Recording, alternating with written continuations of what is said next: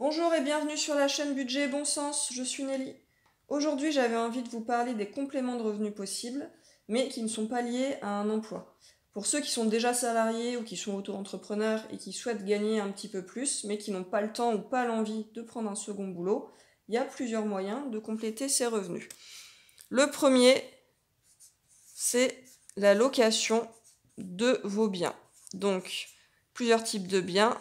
Tout d'abord, la location de votre domicile.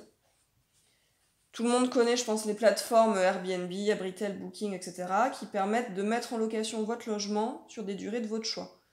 Par exemple, si vous habitez à un endroit où tous les ans il y a un événement particulier attractif, je sais pas moi, un festival, une célébration ou autre, ben vous pouvez louer votre domicile assez cher pour le week-end ou la semaine concernée. Surtout qu'en général, quand il y a ce genre d'événement, ben, il y a des rues qui sont fermées, il y a beaucoup de bruit, donc les résidents habituels préfèrent souvent s'éloigner pour éviter les inconvénients. Également, si vous passez des vacances ailleurs, vous pouvez louer votre logement le temps de votre absence, surtout si vous habitez en bord de mer ou à la montagne, c'est très recherché. Si vous êtes propriétaire, c'est assez facile, il faut juste inscrire votre logement sur le site de votre choix et prendre une bonne assurance. Et si vous êtes locataire, en revanche, vous devez vous assurer que vous avez le droit de sous-louer votre logement. Il faut voir ça avec le propriétaire, ça doit être écrit dans le contrat. Dans tous les cas, le plus important, c'est de vous assurer d'avoir une assurance solide qui couvre tous les dommages possibles. Il ne faut pas prendre de risques et que cela vous coûte au final plus cher que ce que ça ne vous a rapporté. Il faut aussi savoir que vous ne pouvez pas louer votre logement plus de 120 jours dans l'année, sinon vous êtes considéré comme professionnel. Et comme toujours, vous devez déclarer les revenus que vous percevez aux impôts. Si vous avez une piscine aussi, vous pouvez la louer pour un après-midi ou une journée l'été, c'est assez recherché. Ensuite, vous pouvez également louer votre véhicule, si vous en avez un. Surtout en ville, parce que y a beaucoup de personnes en fait qui font le choix de ne pas avoir de voiture parce qu'on peut s'en passer. Mais ponctuellement, en fait, il y a des gens qui peuvent en avoir besoin. Il y a des sites, WeCar et GetAround, c'est les deux plus connus, mais il y en a d'autres, qui proposent en fait un principe simple, c'est vous mettez à disposition votre voiture sur la durée de votre choix et un autre particulier la loue s'il en a besoin. Donc en général, les véhicules qui sont les plus recherchés, c'est plutôt des utilitaires, parce que souvent c'est pour aller chercher des meubles ou des trucs un peu encombrants, mais pas seulement. Là encore, comme pour la location de votre logement, il faut bien prévenir votre assurance et vous assurer que vous êtes couvert en cas de dommage. Les sites de location proposent aussi une assurance, donc il faut juste regarder, ça n'a rien de faire doublon, mais il faut quand même avoir une couverture complète.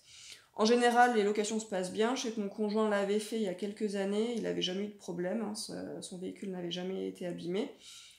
Comme pour les locations de domicile, les sites qui vous mettent en ligne avec d'autres particuliers prennent des frais, mais c'est quand même raisonnable. Ce qui peut être contraignant, d'ailleurs je n'ai pas parlé pour les logements, mais c'est pareil, là avec le véhicule, c'est que vous devez être présent à chaque fois pour donner les clés et les récupérer. Mais au moins, ça vous permet de vous assurer de l'état de votre véhicule. Vous faites le tour à chaque fois quand vous la récupérez, votre voiture. Et les revenus que vous gagnerez sont imposables, évidemment, avec, j'ai vu, un abattement de 305 euros. Donc, si vous gagnez moins de 305 euros sur l'année, vous n'avez pas d'impôt à payer dessus. Si vous gagnez plus, il faudra payer des impôts. Et enfin, vous pouvez aussi louer vos objets. Ça dépend de l'objet, évidemment. Mais j'en avais parlé dans ma vidéo shopping, il y a des sites en fait qui vous permettent de louer vos vêtements, vos sacs et vos chaussures, surtout si vous avez une tenue ou des accessoires de grande marque et que finalement vous les portez rarement, ou si vous avez par exemple votre robe de mariée, vous ne savez pas trop quoi en faire mais vous voulez la garder quand même, vous pouvez les louer via certains sites. Vous pouvez aussi louer vos outils, donc là je vais préciser, vêtements, des outils aussi. C'est assez recherché. Pourquoi ? Parce que en fait, des fois on a besoin de faire des travaux, mais on n'a pas forcément envie d'acheter la perceuse ou tout ce qui va avec, qui coûte une fortune. Donc il y a un vrai marché pour ce type de location d'outils. Et vous pouvez aussi... Ah oui, non pardon, j'ai oublié de préciser, mais j'en avais parlé pareil dans ma vidéo shopping. Il y a un site qui s'appelle Bricolib, qui vous met en relation justement avec des gens qui ont besoin de louer les outils.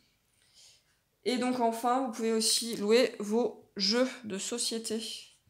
Peut-être jeux vidéo aussi, d'ailleurs, j'ai pas trop fait attention à ça. Mais en tout cas, j'ai vu que sur le Bon Coin, il y avait pas mal d'annonces pour louer des jeux pour quelques euros, hein, c'est pas des sommes de dingue. Mais par exemple, tout ce qui est jeu type escape game à la maison, bah, ça coûte un petit peu cher à l'achat, puis une fois qu'on a fait les scénarios, bah, il n'y a plus grand intérêt. Donc ça peut être une bonne idée de les louer, et donc ça vous rapportera un petit peu d'argent une fois que vous avez terminé. Le deuxième complément de revenus, c'est des appels à texte. Alors là, c'est pas des revenus très conséquents, et puis ça peut ne pas être des revenus du tout, mais en fait ça s'adresse aux personnes qui aiment bien écrire sur leur temps libre. Donc si vous en faites partie, que vous avez déjà rédigé des textes ou que vous avez envie d'en rédiger parce que ça vous fait plaisir, il y a régulièrement des appels à texte.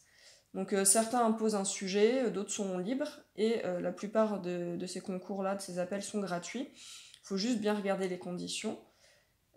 Parfois, il n'y a aucune récompense à la clé, hein, ou alors juste un cadeau, mais certains appels à texte sont rémunérés. Donc si vous êtes sélectionné parce que vous écrivez bien, que votre texte a été retenu, vous pouvez gagner quelques dizaines, voire centaines d'euros. Évidemment, la concurrence est rude, donc il faut vraiment que ce soit une activité qui vous plaise, et vous vous dites, ok, voilà, j'ai écrit des choses, je vais tenter déjà pour avoir un avis et savoir si, ce qu'un jury peut en penser, et éventuellement, pourquoi pas gagner un petit peu grâce à ça. Il y a un site qui s'appelle Texte à l'appel, qui référence la plupart des appels à texte existants. Plus ou moins dans le même domaine, en fait, vous pouvez aussi vous lancer dans la rédaction d'un blog ou dans la création d'une chaîne YouTube. Mais là encore, attention, ça peut ne rien rapporter du tout. Donc pour le blog, si vous faites assez connaître, vous pouvez vous voir proposer des offres de partenariat ou alors être rémunéré avec des annonces publicitaires qui viendront sur votre blog. C'est le même principe que pour YouTube, vous pouvez être monétisé si vous créez une chaîne qui devient populaire, mais attention, hein, c'est pas du jour au lendemain. Il faut avoir au moins 1000 abonnés et 4000 heures de visionnage. Moi, j'en suis pas du tout là, et je pense que j'y arriverai probablement jamais. Donc attention, les rémunérations pour l'écriture de texte, de blog ou la création de vidéos et contenus sont souvent très faibles comparées à l'investissement en temps et en énergie. Si vous ne le faites que pour gagner de l'argent, vous risquez d'être déçu.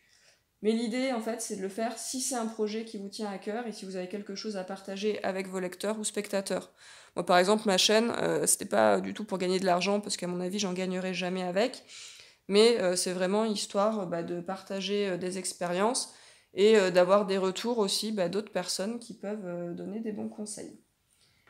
Enfin, je vais parler d'un site que beaucoup aussi connaissent, qui est Etsy. Et là encore, en fait, c'est si vous aimez créer des choses, vous pouvez essayer de vendre vos œuvres.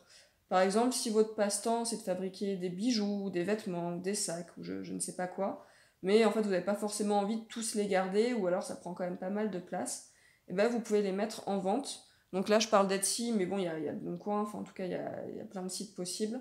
Mais Etsy est vraiment plus tourné sur ce type de création artisanale. Pareil, par exemple, si vous faites de la photographie, ou si vous faites de la peinture, si vous aimez créer des formats informatiques, je crois que Louise de la chaîne Louise Budget en avait parlé plusieurs fois, vous pouvez vendre en fait vos créations sur Etsy. Et l'avantage, c'est que le site s'occupe de tout. Donc en fait, vous créez juste votre objet, et Etsy prélève quand même une grosse commission, hein, mais au moins vous êtes tranquille, vous n'avez pas grand-chose à penser. L'intérêt, c'est que vous n'avez pas besoin de vous documenter sur comment créer une entreprise, ni comment gérer la comptabilité. En revanche, vous allez vendre vos créations à des prix assez bas, hein. C'est pas ça qui va faire que vous soyez rentier derrière, mais c'est bien pour bénéficier d'un petit complément de revenu si vous avez envie de créer des choses et qu'après vous ne savez pas trop quoi en faire. Je vais m'arrêter là pour cette vidéo. Évidemment, il existe d'autres manières de compléter ces revenus, mais je ne peux pas tous les lister, j'ai fait le choix de ces 4-ci. N'hésitez pas à marquer en commentaire ceux que vous connaissez ou si vous avez déjà testé l'un de ceux dont j'ai parlé. Et si vous appréciez mes vidéos, vous pouvez vous abonner à ma chaîne et puis laisser un like, ça me ferait plaisir. Je vous souhaite une excellente semaine et je vous dis à la prochaine fois.